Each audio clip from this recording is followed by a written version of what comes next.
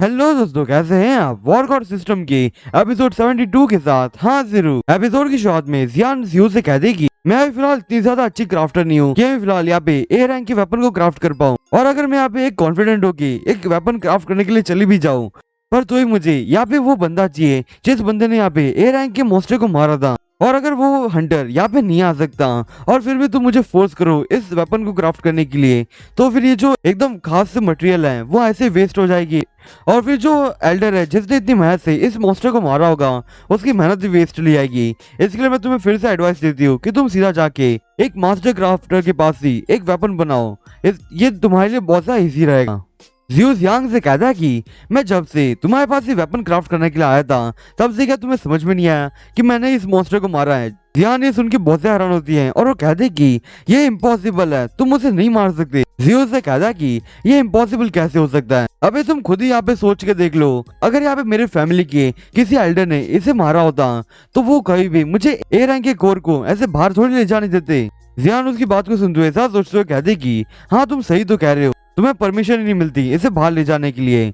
और यहाँ पे जो वॉर गॉड फैमिली होती है वो भी अपने जूनियर्स को ऐसे अलाउ नहीं करती ऐसे ए रैंक के जो मटेरियल्स होते हैं उसे बाहर ले जाने में। पर अभी यहाँ पे जियो, तुम अभी बहुत ज्यादा यंग हो और तुम अभी मुझे ये कह रहे हो कि तुमने इस ए रैंक के मॉन्स्टर को मारा जो बहुत ज्यादा इम्पॉसिबल है। जियो सा लंबी सांस छोड़ते हुए कहता है कि अभी फिलहाल मैं यहाँ पे अकेले ने इस मॉन्स्टर को नहीं मारा, यहाँ पे एक बंदा था जिसने मेरी हेल्प की थी इस मॉन्स्टर को मारने के लिए। पर मैं अबे तुम्हें फिर से कह सकता हूँ, ये जो मॉन्स्टर की जो कोर है उसके अंदर से जो एनर्जी निकलेगी मैं उसे सरपास तो कर ही सकता हूँ। जियांग अपने मन में सोचते हुए कहते कि ये एकदम इम्पॉसिबल है कि जियो उस मॉन्स्टर को मारने में बहुत ज्यादा कंट्रीब्यूशन किया होगा, क्योंकि अभी फिलहाल यहाँ पे जियो बहुत ज्यादा यंग है और उसका रैंक इतना ज्यादा हाई नहीं हो सकता। जियांग जरा और ज्यादा सोचते हुए कहते कि पर ऐसा भी हो सकता है कि जियो बहुत ज्यादा स्ट्रॉन्ग हो और उसी ने वहाँ पे बहुत ज्यादा कंट्रीब्यूशन किया हो उस मॉन्स्टर को मारने के लिए। पर मैंने यहाँ पे ये नहीं सुना कि हमारे कंट्री के अंदर एक ऐसा लड़का है जो बहुत ज्यादा कम उम्र में इतने ज्यादा अमाउंट में पावरफुल बन सके। मुझे शायद से अभी ऐसा लगता है कि इसकी जो फैमिली है इसने इसको हमेशा से छुपा के रखा होगा ताकि इसे प्रोटेक्ट कर सके बाहर के लोगों से। तब इसलिए वो जियान से कहता है कि क्या तुम मेरी बात सुन रही हो? जियान अपने मन में सोचते हुए कहते हैं कि मैं अभी यहाँ पे क्या सोच रही हूँ, मेरे पास कितनी अच्छी अपॉर्चुनिटी है, मैं यहाँ पे मास्टर क्राफ्टर बन सकती हूँ अगर मैंने इस वेपन को क्राफ्ट कर दिया तो। और वो तुरंत ही वो जियो से कहते कि तो अब जो कि तुमने मुझसे कहा कि तुम इस मॉन्स्टर को सरपास कर सकते हो, तो मैं तुम्हारे लिए ये वेपन बनाने के लिए तैयार हूँ। और वो ऐसा बोलते हुए जियो को कहते कि अब तुम मुझे फॉलो करो, मैं तुम्हें क्राफ्टिंग रूम तक लेके जाती हूँ। और उसके बाद हमें वो लोग क्राफ्टिंग रूम में दिखाए जाते हैं। जियो वहाँ पे सारे जो इक्विपमेंट्स रखे होते हैं उन्हें देखते हुए कहता है कि मैंने ये एक्सपेक्ट किया था जोंगलिन ट्रेडिंग सेंटर से, क्योंकि यहाँ पे जो इक्विपमेंट्स होगी क्राफ्ट करने के लिए वो बहुत ज्यादा अच्छे होगी बाकी की जो ट्रेडिंग सेंटर्स होते हैं उनसे भी। और भी वो जियान से कहता है कि क्या हम लोग यहाँ पे वेपन क्राफ्ट करने वाले हैं? जियान उससे हाँ कहती है और उससे कहते हैं कि हम लोग यहाँ पे नॉर्मल फोर्जिंग टेबल के ऊपर यहाँ पे ये रैंक का वेपन क्राफ्ट नहीं कर पाएगी, तो अभी हमें इसके लिए ये वाला टेबल यूज करना होगा। और वो ऐसा बोलते हुए वो कपड़े को हटा देती है और वो जियो से कहते कि ये जो तुम्हारे सामने टेबल है उसी टेबल के ऊपर ए रैंक के वेपन को क्राफ्ट किया जाता है। जियो उस टेबल को देखते हुए कहता है कि मुझे सिर्फ इसे छूते ही ऐसे उसके अंदर से वार्मनेस फील हो रही है जैसे कि इसके ऊपर बहुत से वेपन्स बन चुके हैं पहले से ही। जियान उससे कहते हैं कि हाँ, तुम्हें इसलिए फील हो रहा होगा क्योंकि मेरे फादर इससे पहले इस टेबल को यूज करते थे, पर अभी फिलहाल वो मर चुके हैं। जियो से हैरानी से कहता है कि क्या तुम्हारे फादर भी एक क्राफ्टर थे? और फिर उसके बाद हमें तुरंत ही जियान के फ्लैशबैक्स दिखाए जाते हैं जहाँ पे उसके जो फादर होता है वो बेड पे होता है। जियान के फादर जियान से माफी मांगते हुए कहते हैं कि मैं हमेशा से क्राफ्टिंग के अंदर इतना ज्यादा फोकस हो चुका था कि मैं तुम्हारा ध्यान रखना भूल ही चुका था हमेशा से। पर अभी फिलहाल मैं मरते हुए तुम्हारे लिए कुछ ज्यादा वैल्यूएबल चीजें नहीं दे सकता, पर अभी फिलहाल मैं तुम्हें एक ऐसी चीज दे सकता हूँ। और वो जियान से कहता है कि मुझे पता है कि तुम्हें क्राफ्टिंग कितनी ज्यादा पसंद है और मुझे पता है कि तुम क्राफ्टिंग करते हुए कुछ सालों के अंदर मुझे भी सरपास कर सकती हो, पर अभी मैं उस चीज को देखने के लिए जिंदा नहीं रहूंगा। और फिर अगले सीन पे उसके फादर मर चुके होते हैं।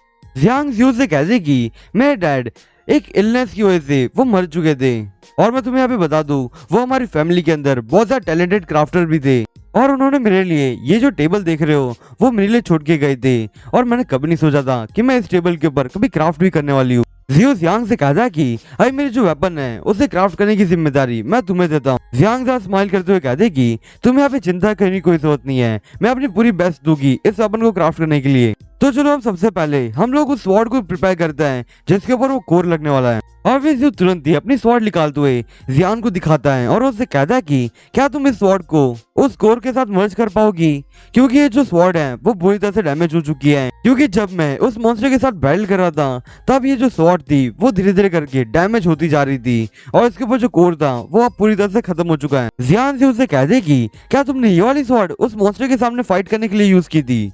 जियो से कहता कि हाँ मैंने ये वाली स्वॉर्ड यूज की थी उसके सामने, और ये स्वॉर्ड हमेशा से मेरे साथ ही है किसी भी मॉन्स्टर के साथ लड़ने के वक्त। और वो जियो से कहते कि तो अब चलो अब इस स्वॉर्ड को क्राफ्ट करने लगते हैं।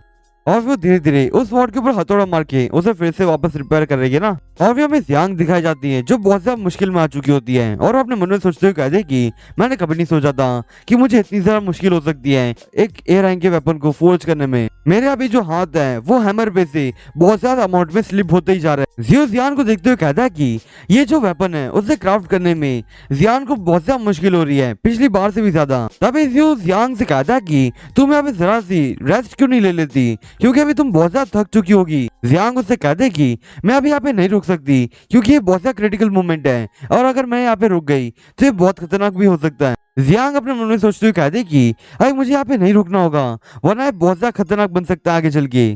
और वो मन ही मन अपने डैड से कहते कि प्लीज फादर मुझे आपकी जो स्ट्रेंथ है वो प्रोवाइड कीजिए इस ए रैंक की स्वॉर्ड को क्राफ्ट करने में। और तभी उसके पीछे उसके फादर की जो सोल होती है वो आ चुकी होती है और वो यहाँ पे एक्चुअल में जियांग को सपोर्ट ही कर रहे होते हैं पीछे से। और फिर थोड़ी देर में ही वो जो वेपन होता है वो क्राफ्ट हो चुका होता है। यहाँ पे अभी पूरी तरह से वेपन क्राफ्ट नहीं हुआ है, उसकी जो बेस है वो स्वॉर्ड वो ही क्राफ्ट हुई है। जियांग जियो से कह दे कि अभी जल्दी से वो जो ए रैंक का मॉन्स्टर का कोर है उसे इस स्वॉर्ड के ऊपर रख दो। जियो तुरंत ही भागते हुए उस कोर को स्वॉर्ड के ऊपर रख देता है और वो जैसे ही उसके ऊपर रखता है तभी उस स्वॉर्ड के अंदर से बहुत ज्यादा अमाउंट में एनर्जी को निकलती है और वो एनर्जी इतनी ज्यादा तेज होती है जिसके कारण जियांग और जियो पीछे जाने लग जाते हैं। जियो जियांग से कहता है कि अरे मेरी बारी है इस मॉन्स्टर को सरपास करने की। और फिर यहाँ पे हमें वो मॉन्स्टर दिखाया जाता है, फिलहाल वो यहाँ पे एनर्जी के फॉर्म में है।